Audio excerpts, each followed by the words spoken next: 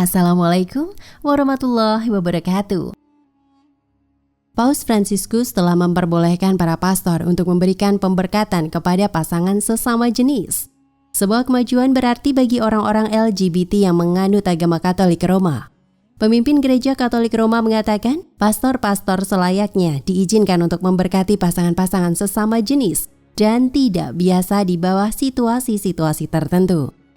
Namun, Vatikan menyatakan pemberkatan-pemberkatan seharusnya tidak menjadi bagian dari ritual-ritual keagamaan gereja yang biasa atau berkaitan dengan persatuan sipil atau pernikahan. Mereka menambahkan, Vatikan tetap melihat pernikahan sebagai sesuatu di antara laki-laki dan perempuan. Paus Fransiskus menyetujui sebuah dokumen yang diterbitkan Vatikan mengenai pengumuman perubahan ini pada Senin. Vatikan mengatakan ini sepatutnya menjadi pertanda bahwa Tuhan menerima semuanya. Tetapi dokumen yang bersangkutan mengatakan para pendeta harus memutuskannya dalam basis kasus per kasus. Memperkenalkan teks itu kepada publik, Kardinal Victor Manuel Fernandes, Prefek Gereja Vatikan, mengatakan deklarasi baru ini tetaplah tegas mengenai doktrin tradisional gereja tentang pernikahan. Kendati demikian, dia menambahkan bahwa sesuai dengan visi kepasuran dari perluasan daya tarik Gereja Katolik yang dicanangkan Paus Fransiskus, pedoman baru ini dapat memperbolehkan para pendeta untuk memberkati hubungan yang masih dianggap dosa. Orang-orang yang mendapatkan pemberkatan tidak boleh diharuskan untuk memiliki kesempurnaan moral terlebih dahulu, menurut deklarasi ini. Di Gereja Katolik, pemberkatan adalah sebuah doa atau permohonan. Biasanya dilakukan pastor meminta Tuhan untuk menolong orang atau mereka yang diberkati. Kardinal Fernandes menekankan sikap baru ini tidak memvalidasi status pasangan sesama jenis di mata Gereja Katolik. Deklarasi ini mewakili sikap yang lemah lembut dari Gereja Katolik, kendati tidak mengubah posisi mereka. Pada 2021 silam, Paus Fransiskus mengatakan para pastor tidak bisa memberkati pernikahan-pernikahan sesama jenis karena Tuhan tidak bisa memberkati dosa. Paus Fransiskus mengimplikasikan pada Oktober lalu bahwa dirinya terbuka kepada ide untuk gereja memberkati pasangan-pasangan sesama jenis. Uskup-uskup di negara-negara tertentu sebelumnya mengizinkan para pastor untuk memberkati pasangan-pasangan sesama jenis, kendati posisi dari otoritas gereja masih belum jelas.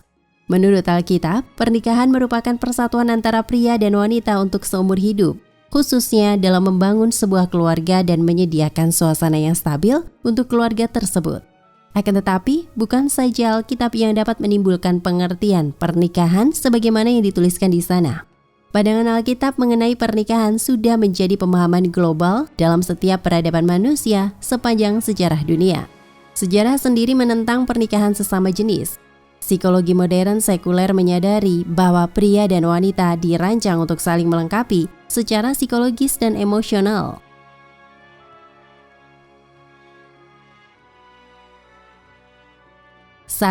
Kejadian 1:27 hingga 28. 1:27. Maka Tuhan menciptakan manusia itu menurut gambarnya. Menurut gambar Tuhan diciptakan dia, laki-laki dan perempuan diciptakannya mereka. 1:28. Tuhan memberkati mereka, lalu Tuhan berfirman kepada mereka, beranak cuculah dan bertambah banyak. Penuhilah bumi dan taklukkanlah itu. Berkuasalah atas ikan-ikan di laut dan burung-burung di udara, dan atas segala binatang yang merayap di bumi. Di sana dikatakan bahwa manusia diciptakan menurut gambar dan rupa, yaitu laki-laki dan perempuan. Tuhan memberi perintah yang jelas bahwa kita harus beranak cucu dan bertambah banyak. Apakah laki-laki dengan laki-laki bisa menghasilkan keturunan? Tentu saja tidak.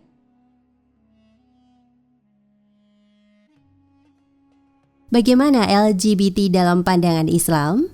Sementara itu, Islam menghendaki pernikahan antar lawan jenis, laki-laki dengan perempuan, tidak semata untuk memenuhi hasrat biologis, namun sebagai ikatan suci untuk menciptakan ketenangan hidup dengan membentuk keluarga sakinah dan mengembangkan keturunan umat manusia yang bermartabat. Perkawinan sesama jenis tidak akan pernah menghasilkan keturunan dan mengancam kepunahan generasi manusia. Perkawinan sesama jenis semata-mata untuk menyalurkan kepuasan nafsu hewani. LGBT dalam pandangan Islam sesuai dengan tuntunan Allah dan Rasulullah dalam Al-Quran dan Sunnah.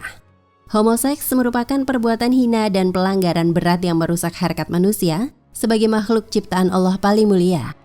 Pada masa Nabi Lut, kaum homoseks langsung mendapat siksa di balik buminya dan dihujani batu panas dari langit. Selain zina dan pemerkosaan, pelanggaran seksual menurut Islam termasuk LGBT, incest, persetubuhan sesama muhrim, dan menjima binatang. Sanksi bagi pelaku semua pelanggaran seksual tersebut adalah hukuman mati. Rasulullah SAW bersabda dari Ibnu Abbas, sesungguhnya Rasulullah SAW bersabda, barang siapa menjumpai kalian orang yang melakukan perbuatan kaum Lut, maka bunuhlah orang yang mengerjakan dan orang yang dikerjai. Hadis Ibnu Majah nomor 2561 Kitabul Hudud. Dalam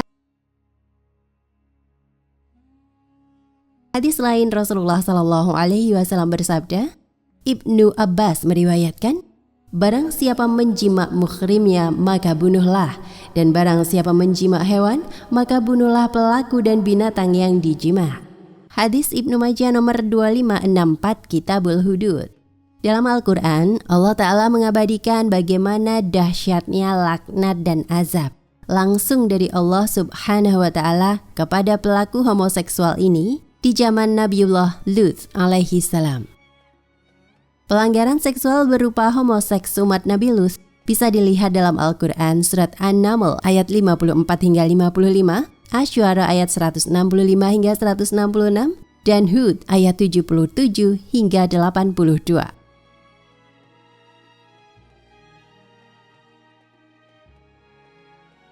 Dalam surat An-Naml ayat 54 hingga 55, Allah Subhanahu wa Ta'ala berfirman, dan ingatlah kisah Lut ketika dia berkata kepada kaumnya, mengapa kamu mengerjakan perbuatan hina itu dan kalian memamerkannya?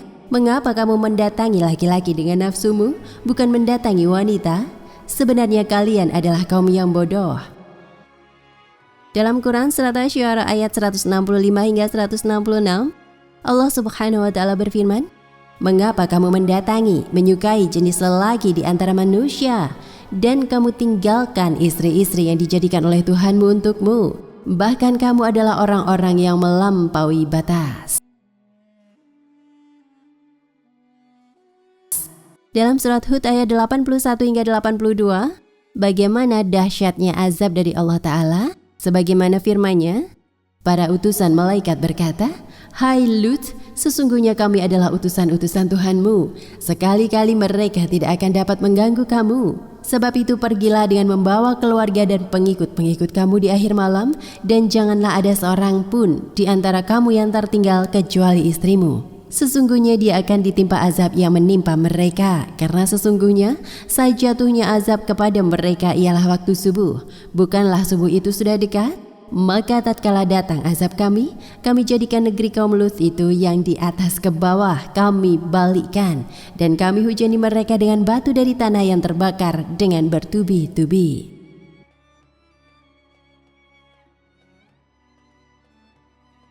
Beberapa solusi dapat dilakukan berdasarkan faktor penyebab munculnya LGBT. Penanganan terhadap mereka dibedakan dari faktor penyebabnya, antara lain faktor genetik, psikologis, maupun kultural. Dengan memahami faktor-faktor tersebut, maka diharapkan dapat dirumuskan solusi yang tepat untuk seseorang yang mengidap penyakit LGBT tersebut. Secara umum, solusi untuk menyembuhkan penyakit LGBT ini terbagi menjadi dua, yaitu solusi internal dan solusi eksternal. Solusi internal misalnya, perlu adanya kesadaran dan kemauan untuk sembuh, serta kesungguhan melakukan perubahan. Sedangkan solusi eksternal dapat berupa dukungan keluarga dan orang-orang dekat, serta membebaskan diri dari lingkungan LGBT. Wallahu a'lam bishawab.